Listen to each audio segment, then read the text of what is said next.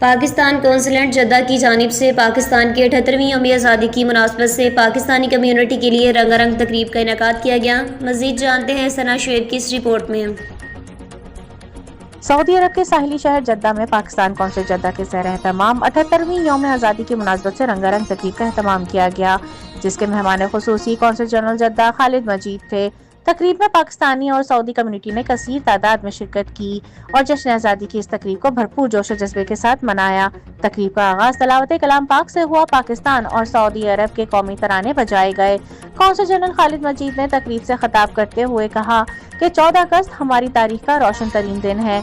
हमें चाहिए कि दो कौमी नजरिए समेत नजरिए पाकिस्तान के मकासद को अपनी आइंदा नस्लों तक मुंतकिल करें, ताकि पाकिस्तानी कौम में मोहब्बत और यगांगत को फरोग मिले और पूरी कौम मिलकर मुल्क की तरक्की में अपना किरदार अदा कर सके। यौम आज़ादी की तकरीब में पाकिस्तान के सकाफती रंग भी चारसू बिखरे हुए नजर आए। पूरा हॉल सब्ज हिलाली परचम से महकता रहा, जिससे परदेश में देश का मजा दोबाला हो गया। स्कूल के बच्चों ने मिली नगमों पर टैबलो पेश किए। नईम सिंधी ने कौमी नगमों से हाजिरीन के दिलों को गरमाए रखा। तकरीब में मुख्तलिफ शोबों से ताल्लुक रखने वाले अफराद को कौंसल जनरल की जानिब से लाइफ अचीवमेंट अवार्ड से भी नवाजा गया। तकरीब के आखिर में पाकिस्तान के अमन और सलामती के लिए दुआ की गई और यौम आज़ादी का केक काटा गया।